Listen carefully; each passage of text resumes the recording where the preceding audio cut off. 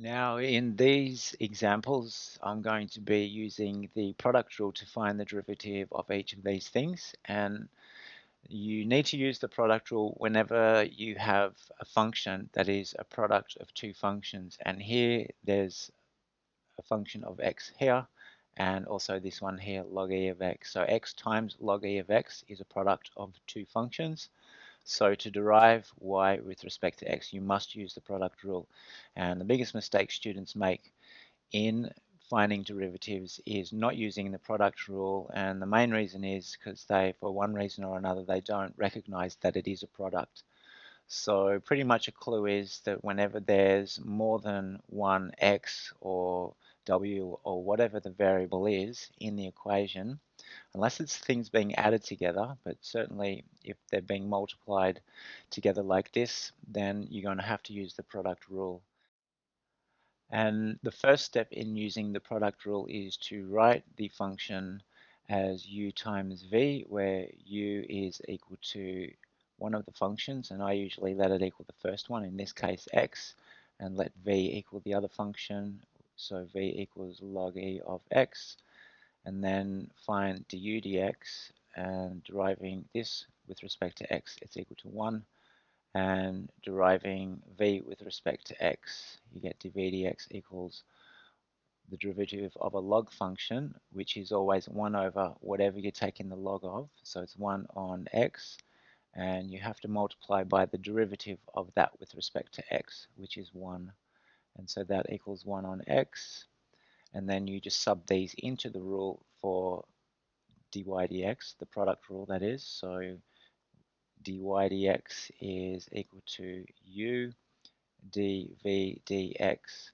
plus v times du dx, and then subbing them in, u is equal to x multiplied by dv dx, which is 1 on x, and then plus v log e of x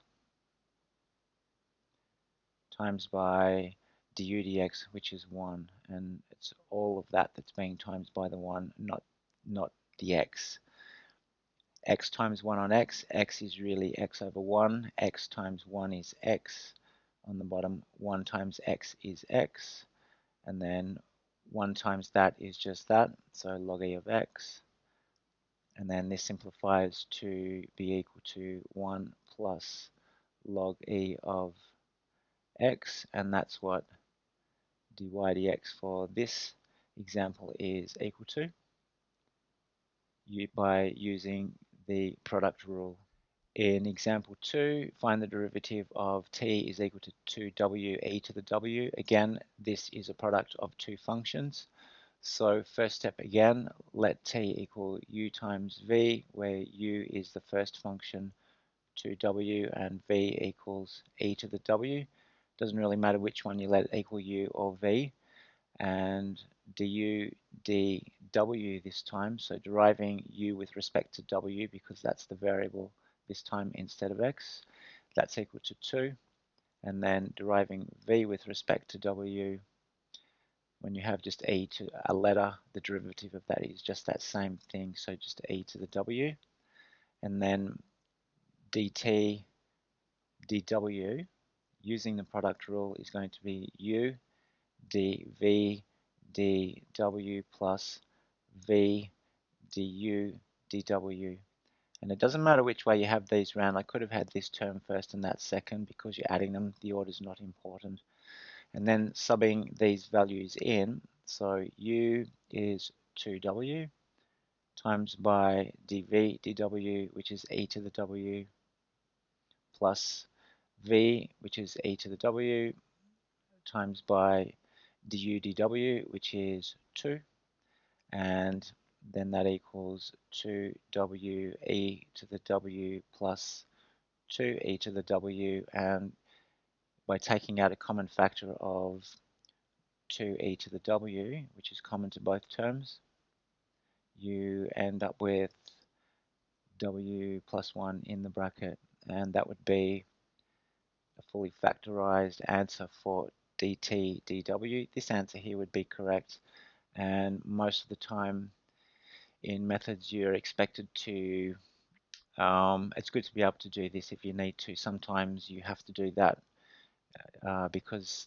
it's a multi-choice question and it makes it easier to recognize, or you might need to put it in that form because of something you're going to have to do with it. For example, let dtdw equals 0, but that's when you're finding a maximum or minimum value for, say, a t function. And that's in another lesson that I will do somewhere in this section of work. Other than that, that's the derivative of dt, or the derivative of t with respect to w. And example 3, find the derivative of y equals x to the 5 cos of 3x plus 1. Again, let y equal u times v, and again letting u equal x to the 5 and v equaling cos, or let it equal cos of 3x plus 1. Du dx is going to be equal to 5x to the 4 dv dx. And whenever you're finding the derivative of cos of something, it's negative sine of that same something.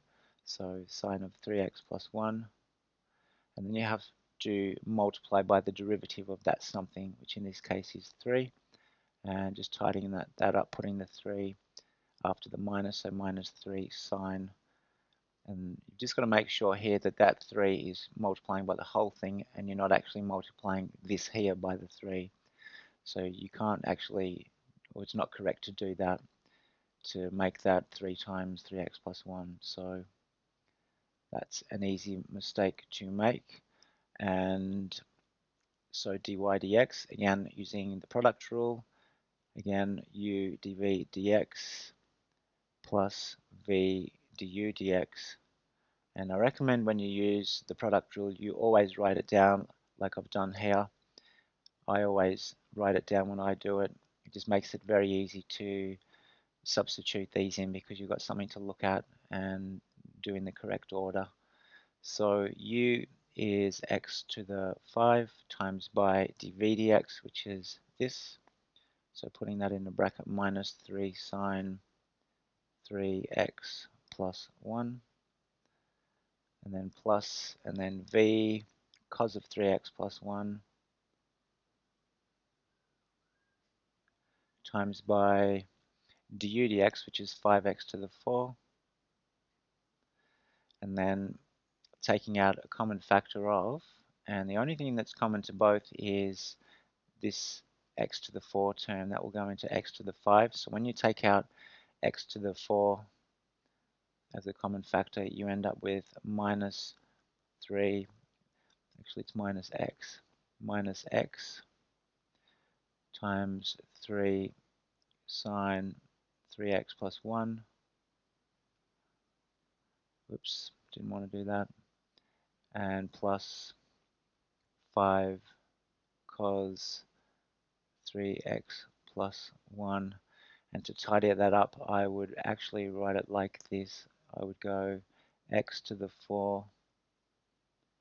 I would put, and one bracket here, I would put this term first.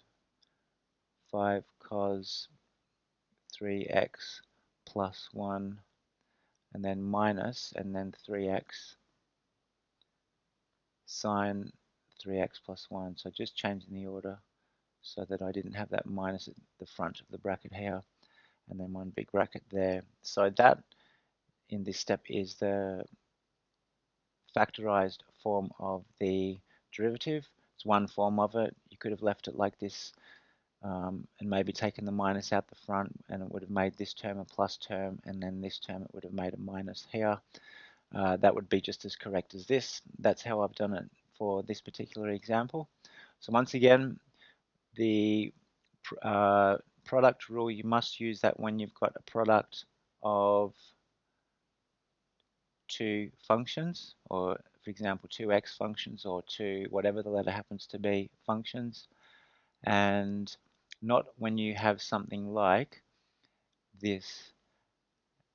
That actually is a product of two functions of x, and you could actually do this using the product rule, but a quicker way would be to multiply the bracket out to get x cubed plus x squared and then just derive each term individually. Product rule is a longer way of finding the derivative, and you could derive this using the product rule, but it's much quicker to do it this way, and then from here you would get 3x squared plus 2x. So it's much quicker. So key thing is it's with the product of the two functions. The two functions are usually things like where you've got something like cos of an x function, or e to the x, or log of e, log to the base e of x, or the square root of x, or something in a bracket to a power times some other form of, or some other function with an x in it somehow, but not this kind of problem like this one. So that's about it for this lesson, and I'll see you in the next one.